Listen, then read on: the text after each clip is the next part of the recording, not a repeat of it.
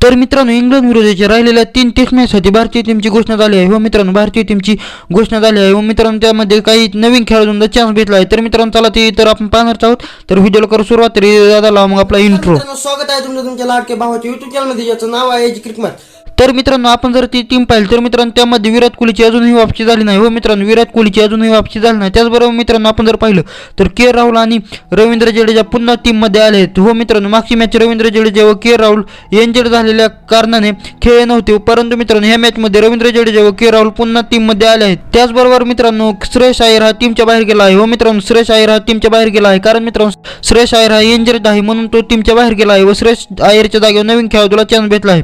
तर मित्रांनो आपण जर आता भारताची टीम पाहिली तर मित्रांनो त्यामध्ये सर्वात पहिलं आहे ते म्हणजे रोहित शर्मा, त्यानंतर मित्रांनो श्रीकर भारत, त्यानंतर यशस्वी जयस्वाल, ध्रुव जुरेल, सरफराज खान, रजत पाटीदार, के राहुल, शुभमन गिल, आकाशदीप, रवींद्र अश्विन, रवींद्र जडेजा, अक्षर पटेल, वॉशिंग्टन सुंदर, जसप्रीत बुमराह, कुलदीप यादव, मोहम्मद सिराज, मुकेश कुमार। तर मित्रांनो राहिलेल्या 3 टेस्ट मॅचेससाठी ही आहे भारताची टीम। तर मित्रांनो कशी वाटली तुम्हाला टीम?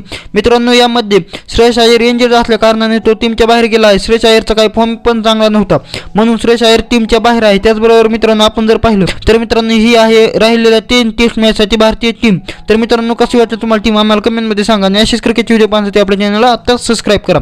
तर भेटूया पुढच्या व्हिडिओमध्ये, तोपर्यंत क्रिकेट पाहत राहा आणि आपले व्हिडिओ पाहत राहा। Bye bye.